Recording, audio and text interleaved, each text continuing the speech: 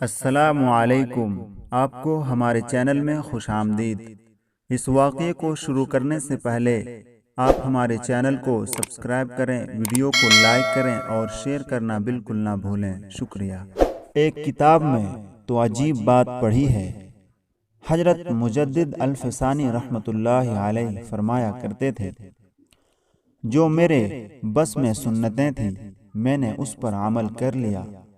ایک سنت کو پورا کرنے کی تمنا تھی، وہ یہ کہ سیدنا حسین رضی اللہ تعالی عنہ چھوٹے تھے، ان کو آپ صلی اللہ علیہ وسلم نے اٹھایا ہوا تھا اور آپ صلی اللہ علیہ وسلم پر حسین رضی اللہ تعالی عنہ نے پیشاب کر دیا۔ اس سے آقا صلی اللہ علیہ وسلم کے کپڑے گیلے ہو گئے۔ چنانچہ فرماتے تھے کہ اللہ نے بیٹی تو دی ہے مگر نواسا نہیں ہے۔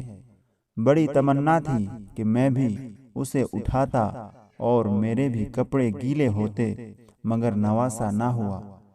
چنانچہ نصیحت فرمائی، اگر میرے مرنے کے بعد اللہ تعالی میری بیٹی کو بیٹا عطا کرے تو اس بچے کو میری قبر پر بٹھا دیا جائے، یہاں تک کہ وہ وہاں پر پیشاب کر دے۔